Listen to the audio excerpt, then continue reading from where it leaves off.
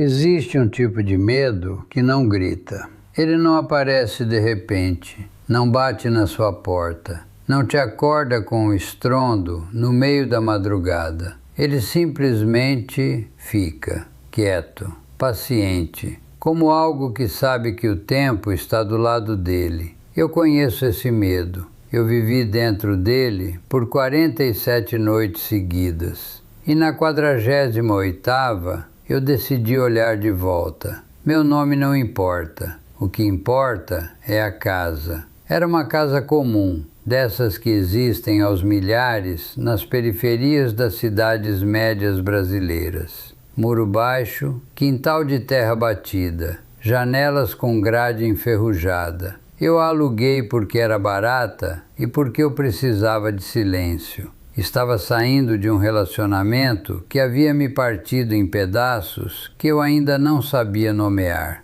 E tudo que eu queria era um lugar onde ninguém me conhecesse. Encontrei exatamente isso. Os vizinhos mal me cumprimentavam. A rua era tranquila até demais. Uma daquelas ruas onde os cachorros param de latir cedo, onde as luzes das casas se apagam antes das 10. Uma rua que parecia ter combinado com o próprio escuro.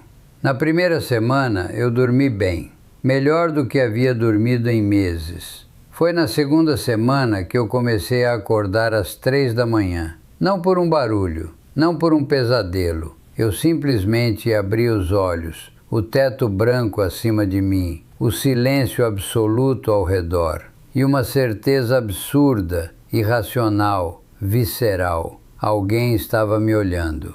Eu tentei ignorar, racionalizei. Estresse, ansiedade, o corpo ainda se ajustando ao novo ambiente. Me virava para o lado, fechava os olhos, tentava voltar a dormir, mas a sensação não ia embora. Ela ficava ali, pesando no centro do peito, como uma mão invisível pressionando de dentro para fora. Na terceira noite que isso aconteceu, eu me levantei. Fui até a janela do quarto. A cortina era fina, quase transparente, e pela fresta de luz da rua, eu podia ver o quintal lá embaixo. O muro baixo, a terra escura, a mangueira velha no canto. Nada, absolutamente nada. Voltei para a cama. Às 3h15, a sensação voltou, mais forte. Na terceira semana, eu comecei a anotar. Não sei bem porquê. Talvez porque colocar as coisas no papel tornasse tudo mais concreto, mais controlável. Um diário simples, comprado na papelaria da esquina. Eu anotava o horário que acordava, o que sentia, o que ouvia, o que via. O padrão era sempre o mesmo. Entre 3 e 3h30 da manhã. Sempre o mesmo peso no peito. Sempre aquela certeza silenciosa. Mas na 23ª noite, eu escrevi algo diferente. Hoje, eu ouvi respiração. Não era alta, era quase imperceptível. Como o som que o vento faz quando passa pela fresta de uma janela mal fechada. Mas não havia vento naquela noite. Eu lembro porque havia verificado. Havia verificado porque havia começado a verificar tudo. Todas as janelas fechadas. Todas as portas com chave. Nada. E ainda assim, aquela respiração.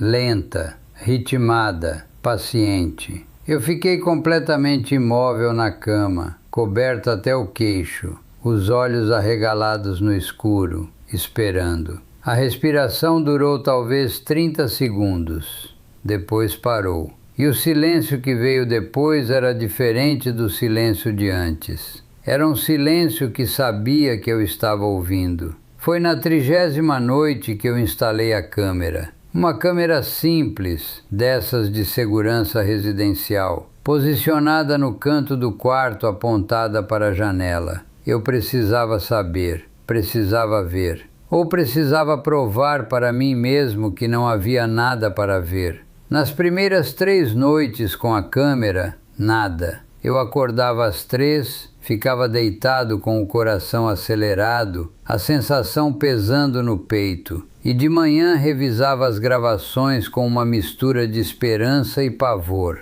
Nada. Na quarta noite com a câmera, eu não acordei às 3. Acordei às 4h42, com um gosto de metal na boca, como sangue, e a absoluta certeza de que algo havia mudado. Peguei o notebook ainda na cama, abri o aplicativo da câmera, voltei à gravação. 3 da manhã, nada. 3h10, nada. 3h20, eu parei a gravação. Voltei alguns segundos. Dei play de novo. Era rápido, tão rápido que eu quase tinha passado. 2 segundos, talvez 3. No canto da tela, além da cortina fina, através do vidro da janela que ficava a 2 metros do chão, uma forma escura, imóvel, olhando. Não dava para ver detalhes, não dava para ver rosto, só dava para ver que havia algo ali. Algo na altura errada para ser um animal, algo na posição errada para ser um galho,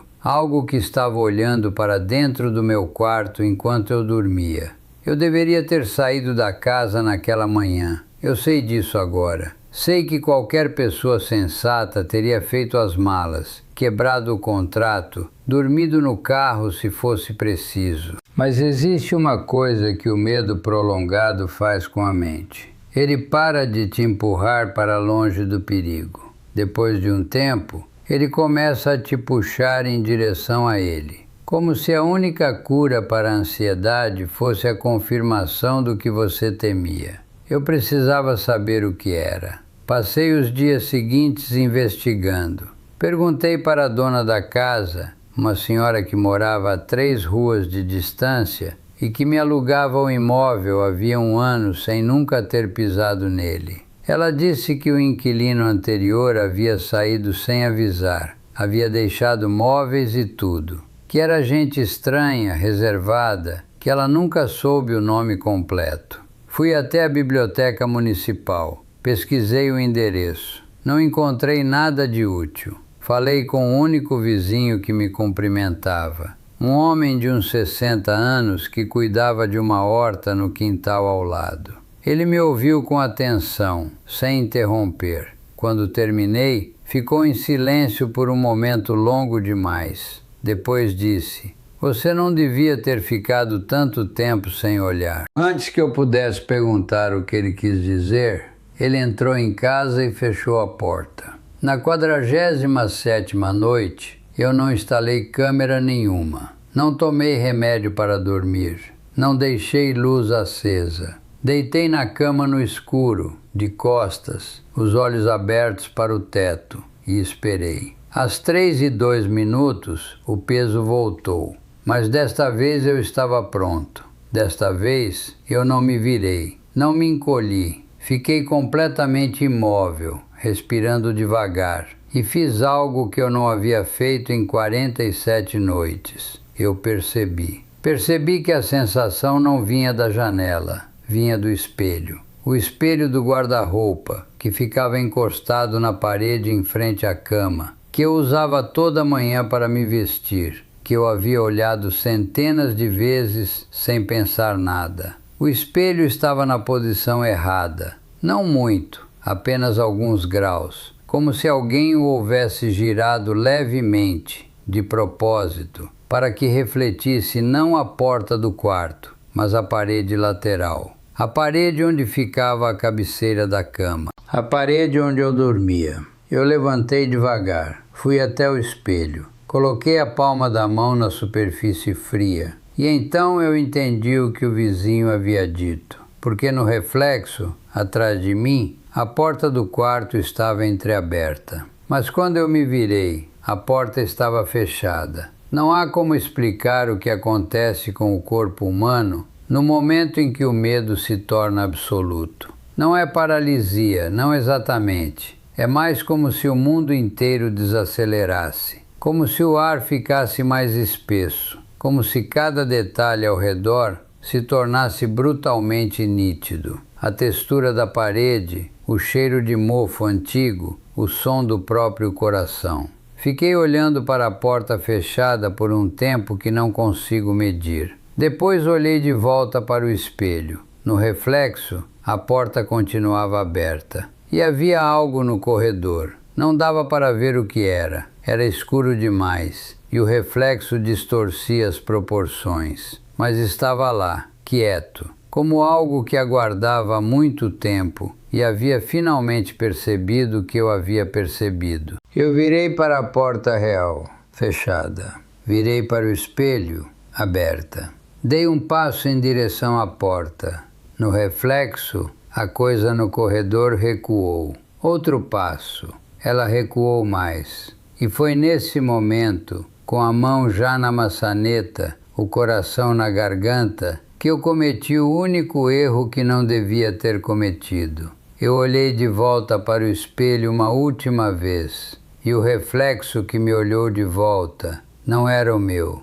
Eu moro em outro apartamento agora, 3º andar, sem quintal, sem espelhos. Bem, sem espelhos visíveis. Durmo bem a maior parte das noites. A sensação de ser observado foi embora quase completamente. Quase. Às vezes, às 3 da manhã, eu ainda acordo. Fico deitado no escuro, olhos abertos, esperando que o peso no peito embora. E na maioria das vezes, ele vai. Mas às vezes, antes de ir, ele pulsa uma vez. Só uma, como um lembrete. E eu aprendi desde então a não me levantar, a não ir até a janela, a não verificar a porta, a não procurar de onde vem. Porque a única coisa pior do que ser observado é descobrir o que está te observando.